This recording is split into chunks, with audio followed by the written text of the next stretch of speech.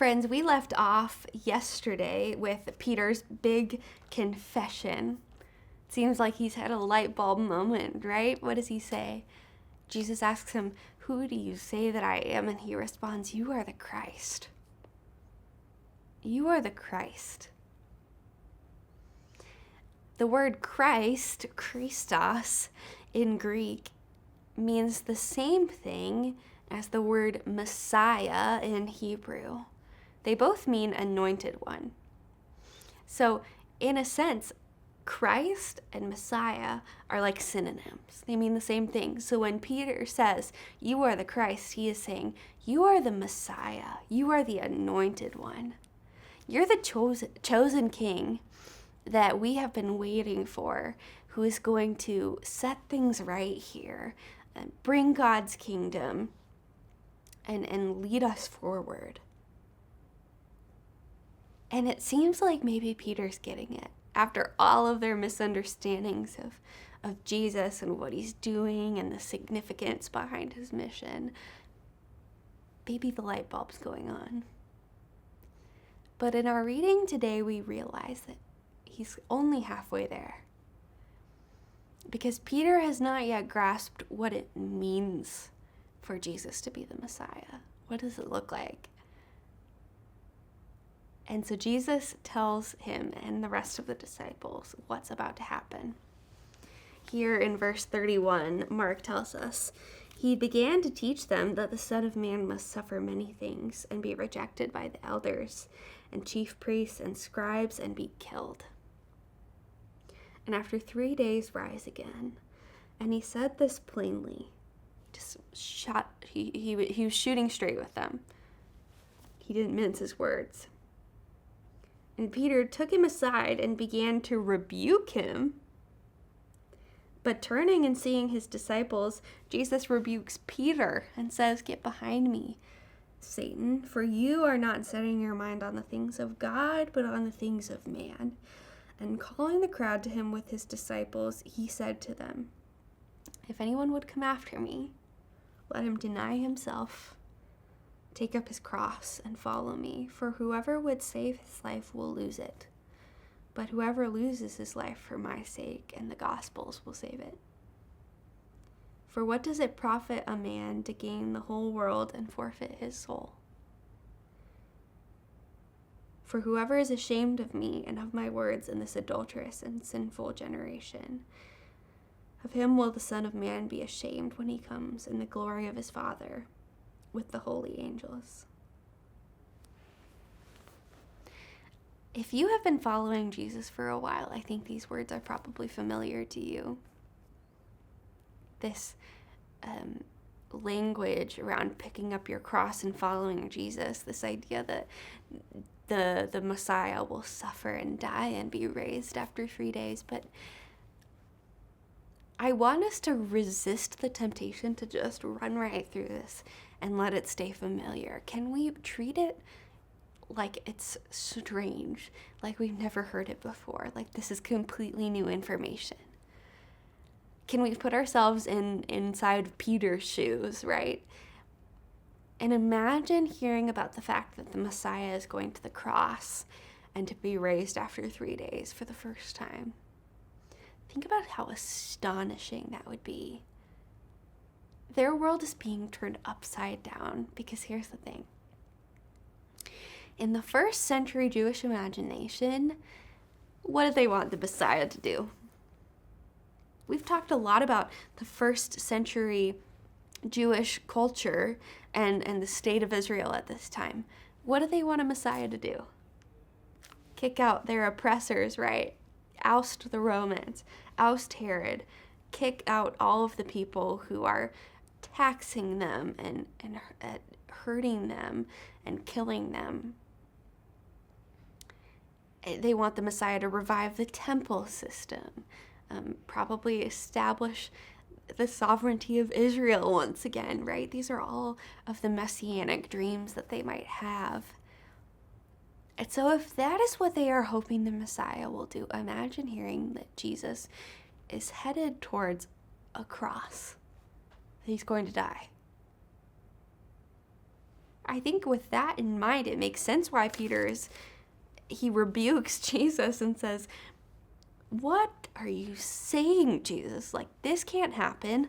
I won't let it happen, because if you are the Messiah and if you die, then we lose. If you are executed by Roman officials on a cross, then this is all for nothing, and we lose." N.T. Wright compares this to a team captain going up to his team, like a football team, and saying, "Yeah, I'm just going to let the other team score a bunch of touchdowns." It wouldn't make sense in Peter's mind when he thinks about his own definition of what it means for the Messiah to win. And that's why Jesus rebukes him and says, "You are thinking about worldly interests, the ways of man," right? And he even says that's the influence of the accuser, of Satan, on you. I need you to think about the ways of God. What does it look like in God's mind for the Messiah to win? Because he doesn't have the same goals as you.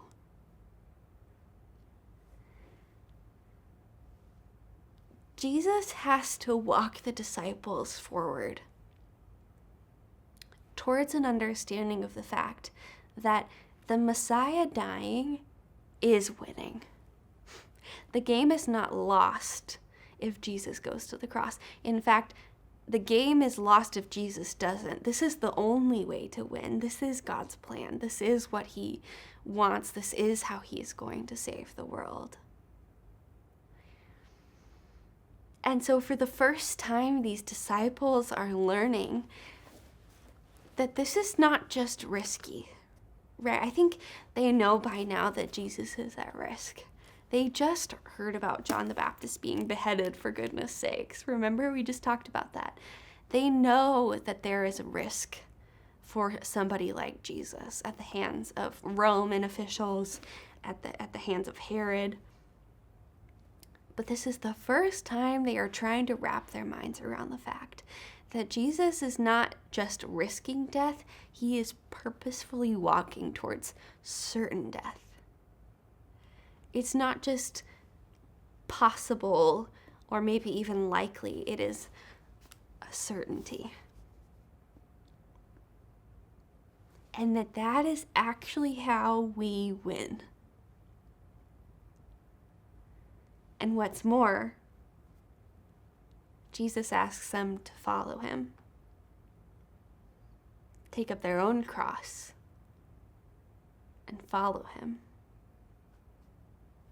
This reminds me of our reading plan through Revelation last spring. If you were with us, we talked a lot about the way of the slain lamb. It was this idea that Jesus conquers evil and death and the powers of this world through self-sacrificial love and the truth of the gospel. And those of us who choose to walk in the way of the slain lamb, that is also how we defeat the powers of darkness. Self-sacrificial love and the truth of the gospel. And so here's my question for you today. When Jesus says, "Whoever wants to follow me must take up his cross and follow me," he is not just speaking to Peter and the disciples about a literal cross, right? There is a cost of discipleship for all of us. We are confronted with the same truth as the disciples, which is that the gospel of the kingdom is the most beautiful, powerful, costly truth in the world. Jesus says to his disciples, "Blessed are you when people persecute you, when they revile you, when they insult you, when they say all sorts of evil things about you because of me. Great is your reward in heaven." He says when that happens, not if.